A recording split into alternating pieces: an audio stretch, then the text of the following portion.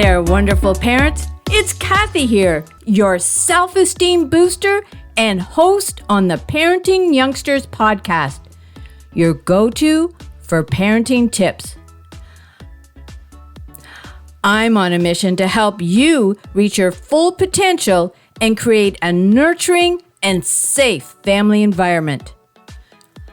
I am not here to beat you up for your past parenting indiscretions or mistakes, but instead to focus on 3 critical pillars that I learned from being a parent and grandparent that turned myself and my family life around. My 3 pillars interlap and are centered around assertive communication, conflict resolution, and those all-important healthy boundaries, all leading to raising self-esteem in your children and yourself. So let's get started. Today, I'm exploring how a shift in communication can unlock the potential for meaningful connections with your children. Then I will discuss the art of conflict resolution. And lastly, setting clear boundaries for positive change.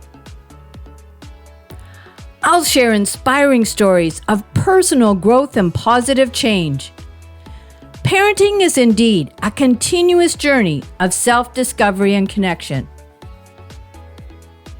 As we explore these 3 critical pillars, you'll learn how small steps can lead to profound rewards for you and your children. So grab your favorite beverage, find a comfy spot, and let's embark on this parenting journey together. This is Parenting Youngsters, where every episode brings you closer to building self-esteem and stronger, more meaningful relationships with your children. Now picture this. Your child comes home from school, eager to share a situation with you. You, however, are tired and focused on getting dinner on the table. You half listen and offered a distracted, "Yeah, okay." Your child stomps off in frustration. Not fully listening is when relationships start to break down. This leads to misunderstandings, strained relationships, and most importantly, it negatively impacts a child's self-esteem. When Sarah and I first met, Sarah was a single mother to Emily, her 12-year-old daughter. Emily had become increasingly withdrawn due to a lack of meaningful communication with her mom. Emily had started to stomp off when they were talking. Sarah said, "Emily picks the worst time to start a conversation. I'm trying to get dinner on the table after a stressful day at work. I'm half listening to what she has to say because I just have so much on my mind." Sarah didn't see what was happening with her daughter and wanted to fix her. In a compassionate and understanding way, I shed light on the situation by reminding Sarah that before we can fix someone else, we first need to fix ourselves. I mentored Sarah on a more effective way to talk to Emily. Once Sarah took responsibility for her actions and behaviors and worked on her communication style, she felt better, increasing her confidence. What surprised Sarah the most was seeing changes in Emily as well. Now they have a much improved relationship and talk regularly. Family conflicts can arise from various issues. Differences in values, parenting styles, finances, communication, and personal boundaries. If left unaddressed, these conflicts can negatively impact a child's self-esteem, leading them to internalize the belief that they are always causing trouble or incapable of pleasing their parents. Let me share a personal story that underscores the profound impact of conflict on family dynamics. My mother's emotional imbalance profoundly impacted me, leading me to low self-esteem, anxiety, depression, and poor life choices that persisted well into my adulthood. Some of these choices included how I parent my children. I reacted the same way I was parented, without any thought about my actions. I finally saw the light when in anger, my husband pointed out how I behaved. It began in my family kitchen when I experienced the profound moment that changed my life as a parent. As mentioned, I was in a heated argument with my husband and oldest daughter. I was yelling uncontrollably, and it felt like my anger and frustration were spiraling out of control. My focus was on punishing them for not behaving the way I thought was best. I couldn't understand why they wouldn't just do as I said.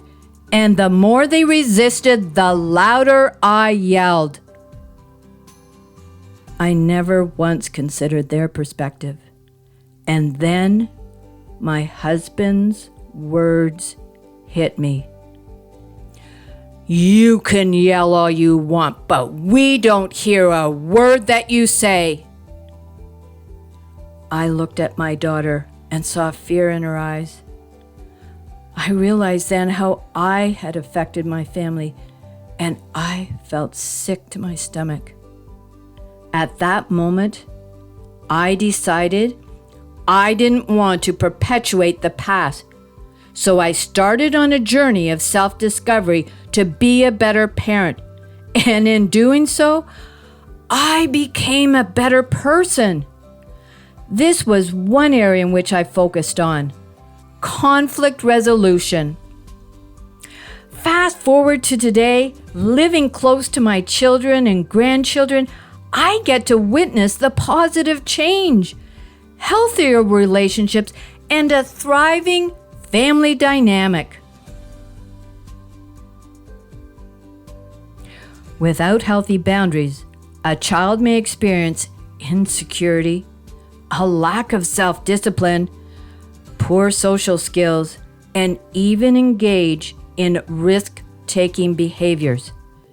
Setting these boundaries is not just about maintaining positive relationships within the family, but also about ensuring that individual needs are met while respecting the autonomy of each family member. When Margaret first came to me, she felt overwhelmed, tired, and unhappy. I noticed this about Margaret because I was her at one time. During one of our meetings, in a moment of despair, she told me that lately she was getting numerous calls from the school because her two sons, ages 8 and 10, were misbehaving and acting out by not following the school rules. One of them had thrown a piece of school equipment, and the other one was bullying one of their classmates. She was beside herself because she didn't know what to do. Why were her boys doing these things? I took this opportunity to shed light on the deeper issue. I explained to Margaret that our children react to our energy and behaviors.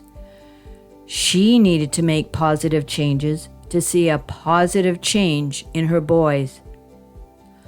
I let her know that I held no judgment because I had been there one time myself.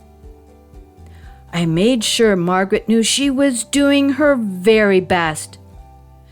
I then gave her the 3 essential pillars that helped me turn my life around.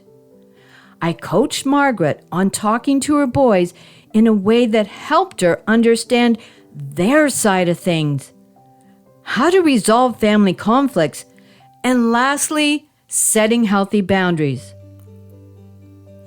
After several months, Margaret saw not only a positive change in herself, but also a change in her boys.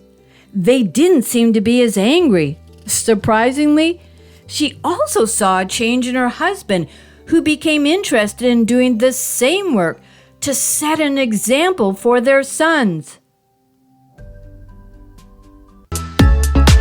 Parenting is a constant learning curve, and the first step towards positive change is taking responsibility for your actions. Remember, there's a way out of the cycle of frustration, anger, and guilt. By being accountable and learning these essential skills of assertive communication, conflict resolution, and setting healthy boundaries, you can create a nurturing environment for your family to thrive. Thank you, listeners, for embarking on this journey with me. Your time and attention are precious, and I am truly grateful that you chose to spend them with the Parenting Youngsters podcast. Your support and engagement mean the world to me. As I bring this episode to a close, I invite you to listen to my podcast, Parenting Youngsters, every Thursday. Discover strategies for positive parenting, embark on a journey of self-discovery, and join me as I navigate the complexities of parenting to build stronger family bonds and self-esteem. Next week's episode is delving into the topic of assertive communication. Remember, the conversation doesn't end here. Head over to my website at parentingyoungsters.com. There's always time to rewrite your family story. Break free from patterns that no longer serve you and create a home filled with love, understanding, and unwavering support. I'm here to guide you every step of the way. Now, here's your tip of the week. What to do when your child interrupts when adults are talking.